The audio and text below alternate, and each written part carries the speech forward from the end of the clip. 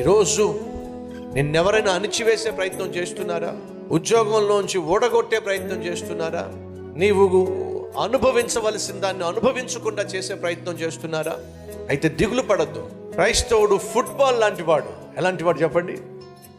Football లాంటి వాడు. Football తీసుకొని నేలకేసి కొట్టండి, ఎంత గట్టిగా కొడితే ఆ ఫుట్బాల్ అంత చెప్పండి ఎత్తుగా ఎగిరింది.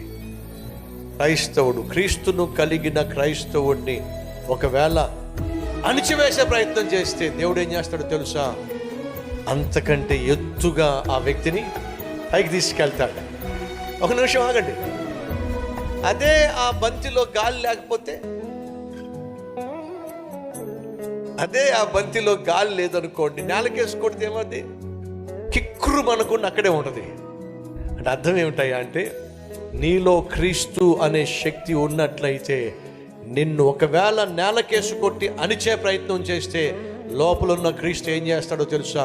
అణిచివేసే ప్రయత్నం చేసిన వ్యక్తి కంటే నిన్ను ఎత్తైన స్థలమునకు దేవుడు తీసుకెళ్తాడు.